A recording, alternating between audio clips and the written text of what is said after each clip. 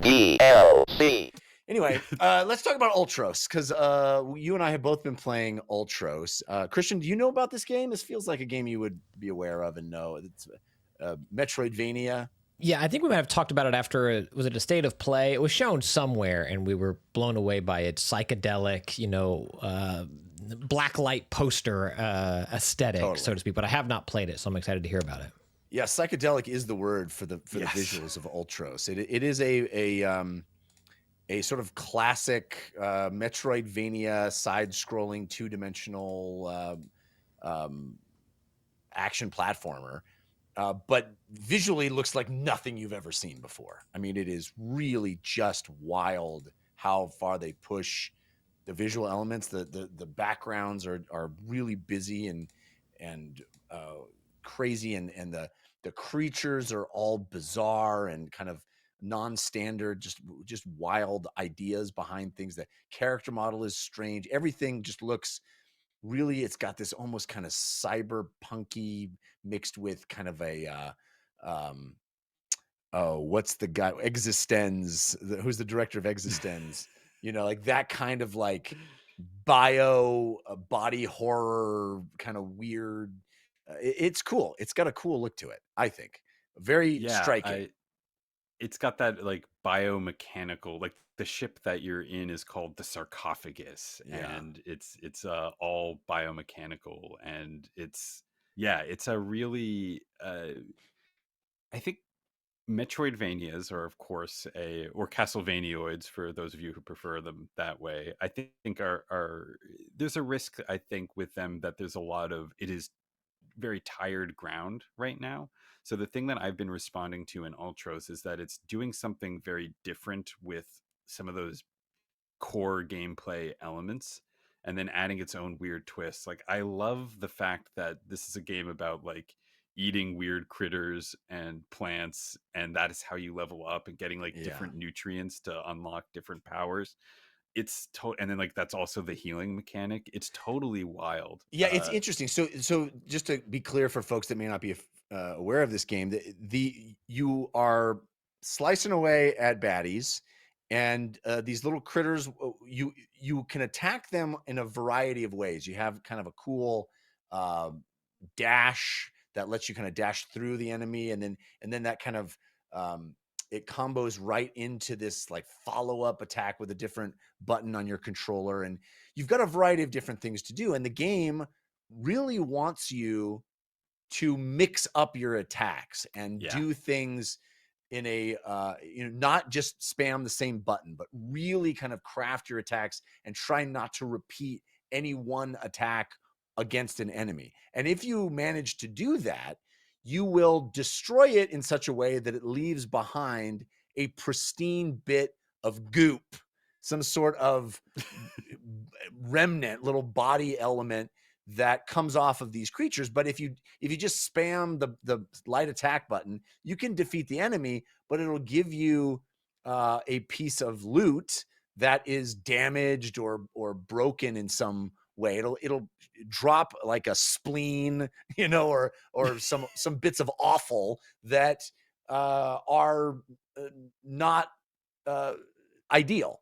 And so you can eat them and it'll heal you. You can also use the same bits that fall off the creatures to level up. There are these save points that allow you to eat different nutrients that fill in certain stats that once they've hit a certain threshold, let you level up and put points in this cool skill tree.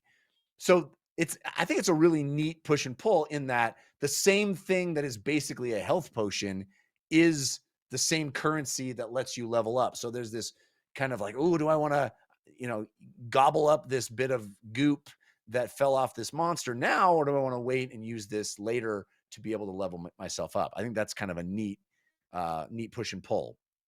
And also the fact, sorry, go ahead.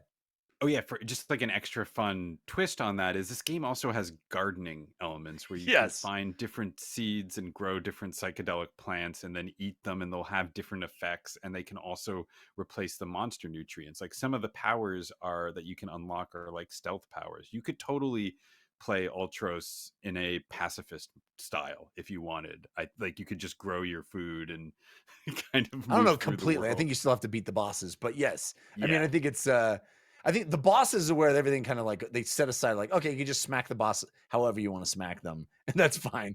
Anyway, but yes, it is really interesting. There is this kind of there's these patches of land that let you grow things and that can open up new traversal elements in the map and stuff like that. I was super into this game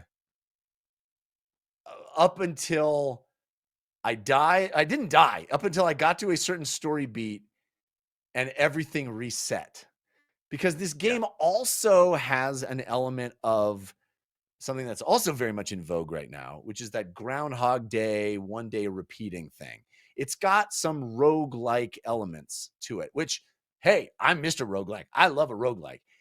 Unfortunately, the way it's executed here really turned me off from the game. Because what it does is it's not that when I die, basically the game starts, you wake up on a spaceship, you don't know how you got there, you're trying to figure it out, right? You go go go go go go go, and at a certain point it starts over and you wake up again on the ship.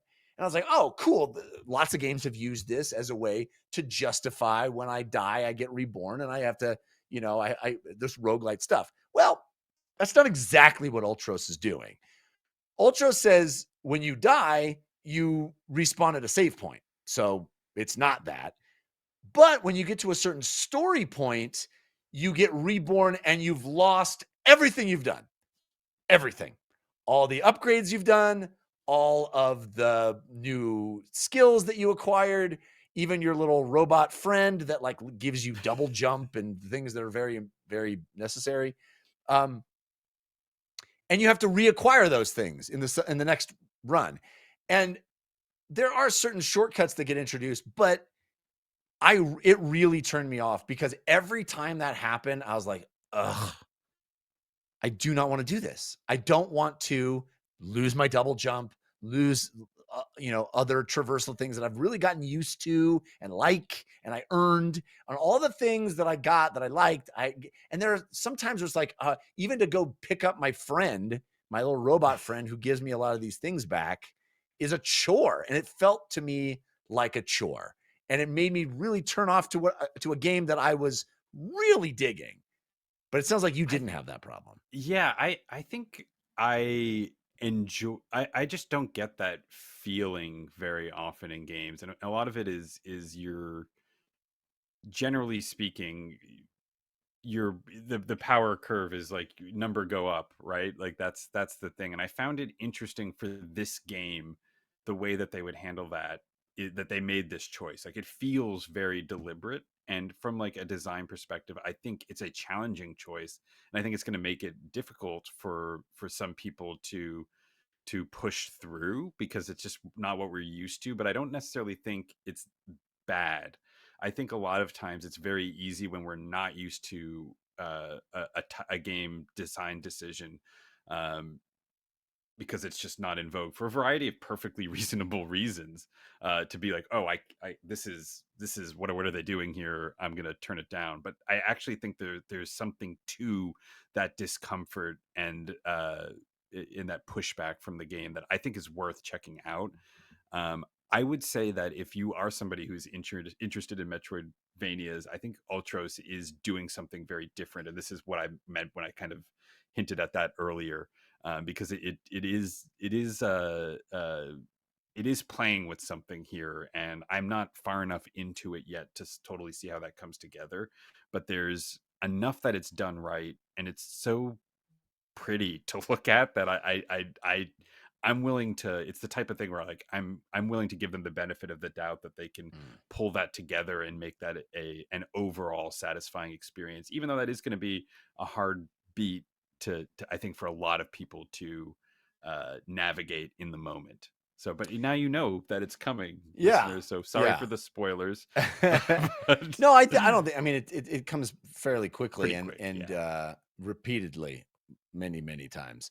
But I do agree with you that it is gorgeous to look at and really stands out in that way. And I think even just like it's more zoomed in than you usually are with it. Like your Yes. character is larger than you usually are in these types of games. Like everything feels different in it. And I think in that sense, I really respect it a lot. It is going for something different. I It just, feels like that drug trip. Like it really yeah, does. Like the zooming in contributes to that, and there's also like the pace at which you walk. The more you start walking forward, like you speed up a little bit, and there's yeah. just some really interesting rhythmic choices with how everything moves and where the camera is that I just really appreciate because I don't see people take those types of swings generally. I think the animation is beautiful. I think Lana would really love looking at this game as well as an animator. It is, it's goopy. It's a goopy game in like the best possible way. Everything is kind of slimy and gross, and everything. You smack stuff and it kind of explodes and in splatters everywhere, and it's not blood per se, but it's just like alien muck. And it's very satisfying. Everything feels like it's sticky. It's an impressive art direction, I think, for Ultros. I just was frustrated a bit by being constantly thrown back to ground zero and being like, I gotta go fetch my stuff that I already earned. Anyway. You can get the full audio version of this show by subscribing to the RSS feed, which you can find at dlcpod.com. And you can support the show on Patreon at patreon.com/dlcpod, where you will get ad-free versions of the show, video versions of the show on demand, and a whole bunch of extra content, like Wednesday's show, paid DLC, including spoiler chats, so much more. That's patreon.com/DLCpod.